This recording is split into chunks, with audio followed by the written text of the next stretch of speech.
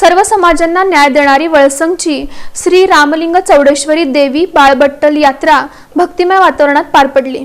दक्षिण सोलापूर तालुक्यातील वळसंग येथील ग्रामदैवत असलेल्या श्री रामलिंग चौडेश्वरी देवीची यात्रा मोठ्या उत्साहात भक्तिभावाने साजरी करण्यात आली।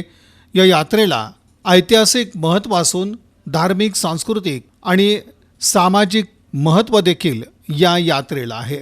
या यात्रेला सर्व धर्म आणि समाजातील लोकांना न्याय देणारी आणि राष्ट्रीय एकात्मता जपणारी यात्रा म्हणून लौकिक प्राप्त झाला आहे। कर्नाटक आणि महाराष्ट्र या दोन राज्याच्या सीमावर्ती भागातील वळसंग गावात सुमारे 200 वर्षापूर्वी वीर नावाच्या एका मुलानं कर्नाटक राज्यातील माशाळ्या गावातील मंदिरातून सध्याचे संपूर्ण यात्रेचे प्रमुख आकर्षण असलेले बाळबटाल म्हणजेच चांदीची वाटी ही पळवून आणली अशी आख्यायिका आहे। ही वाटी आणत असताना वीरच्या जीवावर बेतले हे बाळबट्टल म्हणजेच माशाळ गावचं वैभव मानलं जातं, कारण हे बाळबट्टल म्हणजे गावचे सुरक्षा कवच। ज्या गावात हे बाळबट्टल राहील त्या गावात कोणतीही नैसर्गिक आपत्ती गावाची वेस ओलांडू शकत नाही।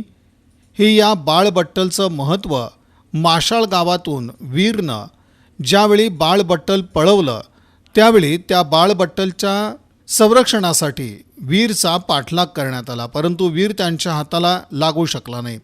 संपूर्ण रात्र पायी तुडवत वीरनं वळसंग गाव गाठलं।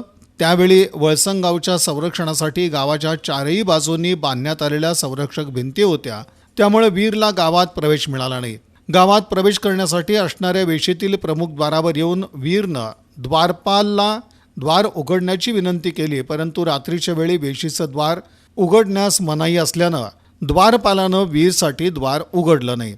त्यामुळं वीरनं बाळबट्टल द्वाराच्या छोट्याशा कमानीतून आत फेकून दिलं आणि माशाळ येथून पाठलाग करत असलेल्या लोकांपासून स्वतःचा जीव वाचवण्यासाठी दिंडूर गावच्या दिशेनं पळ काढला। तोपर्यंत त्याचा पाठलाग करणाऱ्या मारेकऱ्यांनी त्याला अर्ध्यातच गाठून त्याचं शिर धडावेगळं केलं, परंतु बाळबट्टल काही त्यांच्या हाती न लागल्यानं त्यांनी वीरचं शिर कलम करून माशाळला नेलं। आजही दिंडूर रस्त्यावर वीरची समाधी आहे।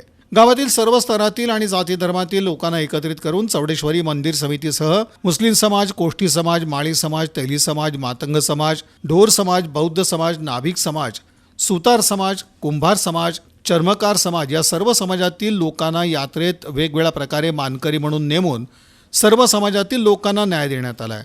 म्हणून या श्री रामलिंग चौडेश्वरी देवीच्या यात्रेला सर्व समाजाला न्याय देणारी यात्रा म्हणून देखील ओळखलं जातं। सोमवारी अमावास्येच्या रात्री श्री रामलिंग देवीच्या बाळबट्टलचा थरार भाविकांना पाहायला मिळाला।